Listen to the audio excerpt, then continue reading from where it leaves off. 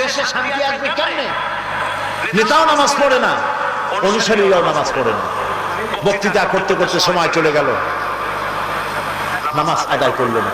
আল্লাহ বরকত দিবেন, শান্তি দিবেন, কেন দিবেন? সন্ত্রাস মুক্ত জীবন চাই, দ্রব্যমূল্য আওতাধীন রাখতে চাই, দুর্নীতিমুক্ত সমাজ চাই। এ সব কিছুই করবে নামাজ। কে করবে? নামাজ। সেই নামাজ যদি না থাকলো তাহলে এটা সম্ভবপর হবে না। এই জন্য প্রত্যেকটি ব্যক্তিকে নামাজি হতে হবে। নামাজ কিয়ামতের দিন সর্বপ্রথম প্রশ্ন হবে নামাজ। নামাজ পড়ছে কিনা, এটা হলো প্রথম প্রশ্ন।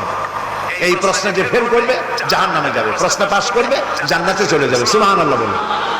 জীবনে নামাজ আর এক ওয়াক্ত ছেড়ে দেব না, এই ওয়াদা কি আমরা করতে পারবো?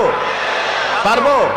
দুই হাত উঁচু করো, বলেন আল্লাহ তাআলা তোমার পবিত্র নামে কসম করি, ওয়াদা করি, যতদিন পর্যন্ত মালাকুল মউত আমার মাথার কাছে না আসতেছে ততদিন পর্যন্ত